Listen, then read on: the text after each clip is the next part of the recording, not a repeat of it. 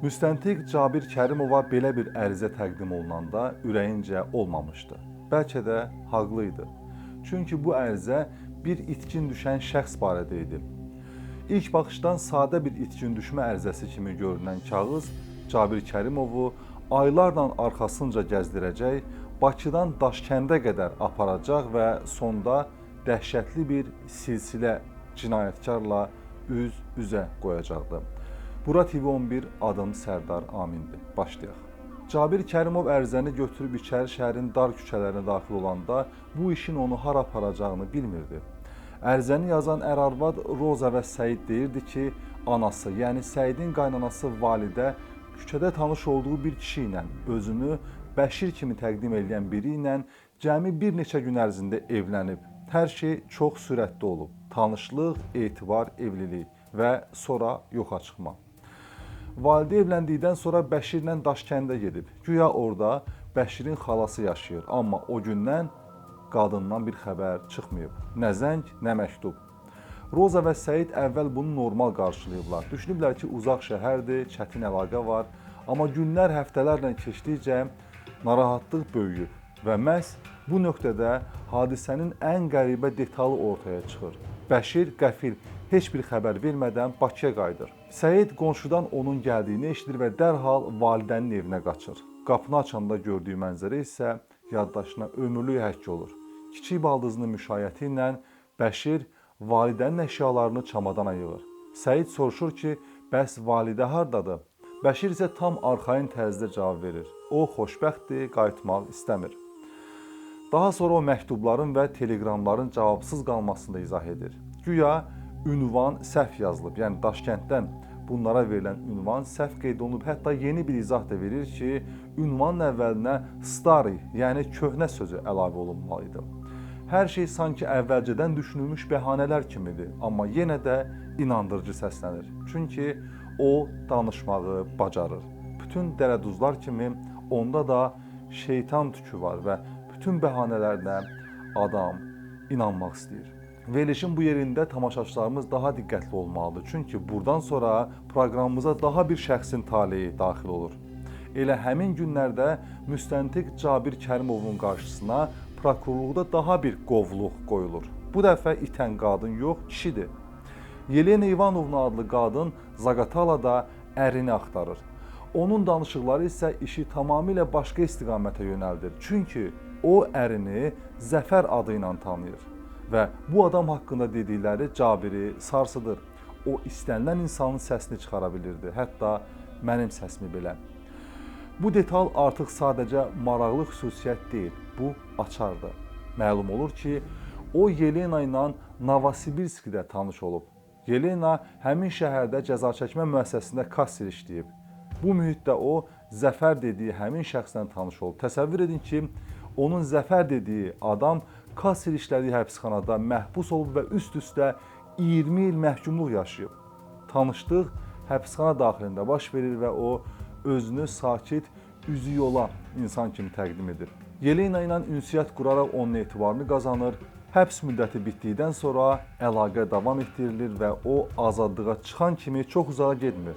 Qayıdır, yenidən Yelenaya evlilik təklif edir. Yelena ona inanır və nəticədə 58.000 rubl pulunu və qiymətli əşyalarını götürərək onunla birlikdə Azərbaycana, Zaqatalanın Tala kəndinə qayıdır. Lakin bir müddət sonra o Yelenanı da aldadaraq yoxa çıxır və əlaqəni kəsir. Yəni həmin pulla təsəvvür edin ki, qeyd olunan illərdə, 1960-cı illərdə 2 maşın almaq olardı. Yəni Pobeda və Moskviç maşınları almaq olardı qeyd olunan məbləğə. Bizim dırnaqarası qəhrəmanımız isə Yelena'dan həmin pulu alaraq yoxa çıxır. Diqqətli tamaşaçılar artıq hiss elədi ki, bəli, həmin özünü Yelena'ya Zəfər kimi təqdim edən şəxs az əvvəl danışdığımız, digər cinayətdə söz açdığımız Bəşirdir. Daşkəndə göndərilən sorğunun cavabı isə bütün maskaları cırır. Göstərilən ünvanda nə Bəşir var, nə də Validə. Həmin ünvanda Özbəkistan Geodeziya İnstitutunun seysmik tədqiqatlar bölməsi yerləşir. Bu şübhələr içində istintaq davam edərkən qəfil yeni bir detal ortaya çıxır. Validədən məktub gəlir. Məktubda o qızını danlayır, kürəkənini müdafiə edir və ən əsası pul istəyir. Deyir ki, niyə mənim ərim Bakıya gələndə onun dediklərini eləmədiniz, mən burada xəstəyəm, əməliyyat olunmalıyam və siz evi təcili sataraq mənim yoldaşıma verməliydiniz. Onu mən yollamışdım.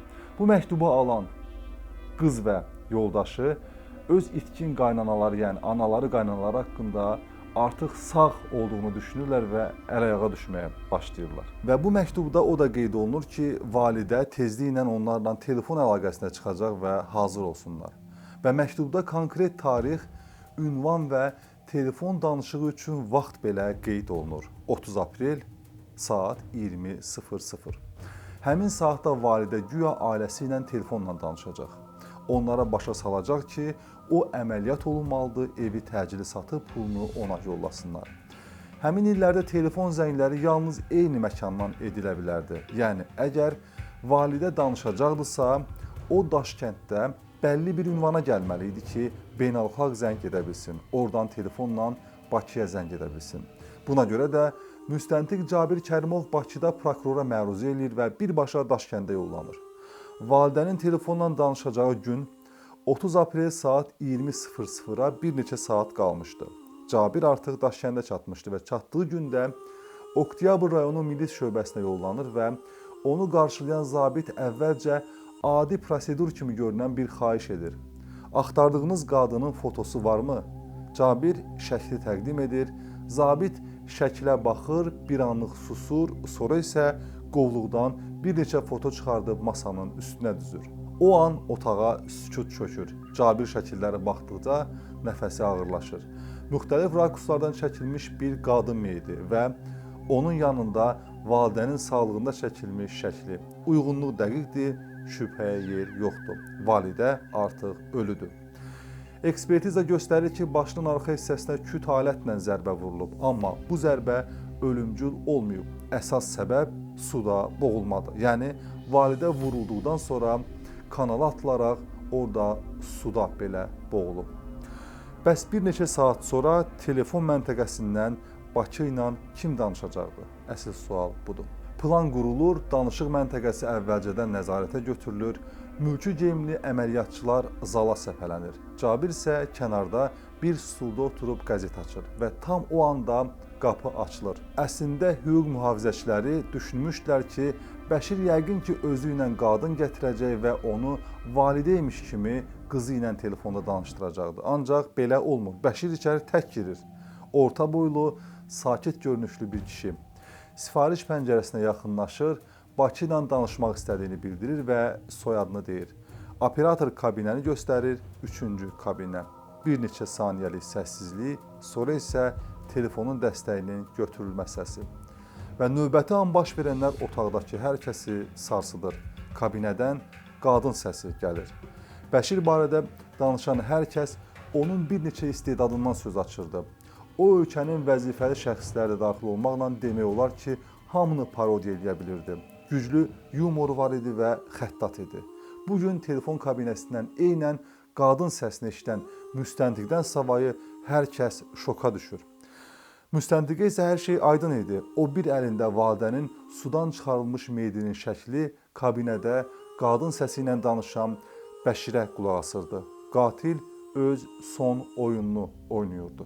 Məsələ budur ki, hər kəsdən əvvəl Bakıdakılar validənin qızı və kürəkəni dəqiqliklə inanırlar ki, validə sağdır. Hətta onlar yenidən milisə müraciət edib ərizələrini geri götürmək istəyirlər ki, validə bizə zəng edib bizimlə danışdı, biz evi satıb pulunu təcili ona yollamalıyıq. Bəli, artıq sizə hər şey aydındır. Bəşir validəni aldadıb, onunla evlənib, onu Daşkəndə gətirib və burada öldürüb. Qaydaq telefon kabinəsində qadın səsi ilə danışan dələduz qatilin yanına.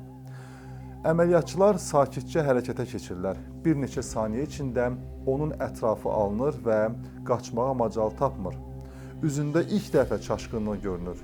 Çox qısa bir anlıq. Sonra yenə sakitləşir. Sanki bu sonluğun da mümkün olduğunu əvvəlcədən qəbul eləmişdi. Onun üzərindən çıxan sənədlər bir-bir yoxlanılır. İlk baxışdan belə görünür ki, istintaqçılar yanılıb.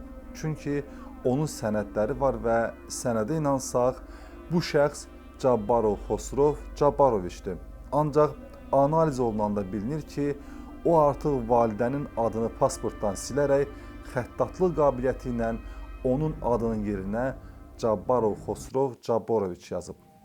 Zaqatalada aldadıb qaçdığı Yelena İvanovnaya məxsus sənədi isə artıq dəyişdirərək Ərəblinski Rəşid Sarıyeviçin adına çevirib.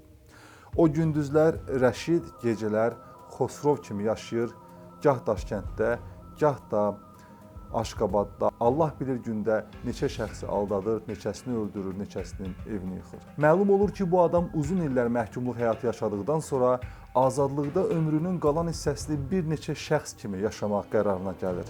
Bunu sadəcə bir yaradıcı yaxud macəra üçün edən şəxs kimi yox, tamah məqsədi ilə edir. Çünki o yerinə keçdiyi adamları ya öldürür, ya da malını, mülkünü tarmar edirdi. Əsas hədəfi isə eyni idi: tənha, imkanlı, sevgi və ailə istəyən qadınlar. Dəftərçəsi açılır. Səhifələrdə müxtəlif şəhərlərin adları, ünvanlar, qadın adları yazılıb. Həmin qeydlərdən birində Mamedova soyadlı qadın var. Ünvan Aşqabad şəhəridir. Mamedova danışır ki, Bəşir onun həyatına qəfil daxil olub. Özünü dul, 2 uşağı olan bir kişi kimi təqdim edib. Sakit, mehriban, qayğıkeş. Qadın da ona inanıb. Cəmi bir neçə gün sonra isə o 2 uşaq gətirib. 11 yaşlı Elxan və 12 yaşlı Ülviyə. Deyib ki, bunlar onun övladlarıdır. Uşaqlar evə yerləşdirilib, qadın onlara bağlanıb, artıq bu dırnaqarası ailə tamamlanmış kimi görünüb. Amma bir neçə gün sonra Bəşir yeni bir plan qurur. Deyir ki, Bakıya gedib mal gətirəcək, yaxşı qazanc əldə edəcəklər. Qadından pul alır və gedir. Gedir və təbii ki, bir daha qayıtmır. Qadın aylarla onun yolunu gözləyir. Bu müddətdə evdəki əşyalarını satır, uşaqlara baxır, onları qoruyur. Amma nə pul qalır, nə ümid. Sonda məcbur qalaraq uşaqları uşaq evinə verir. Daha sonra isə məlum olur ki, o uşaqlar ümumiyyətlə Bəşirin övladları olmayıb. O, uşaqları Bakıda yerləşən uşaq evlərindən birindən götürüb, sadəcə öz oyununu daha inandırıcı etmək məqsədi üçün uşaqlardan istifadə edib. Onun qeyd dəftərinə yazdığı hər ad, hər ünvan özlüyündə bir verilişin mövzusu, bir filmin senarisidir. Taleyi də elə bir triller kimi bitir.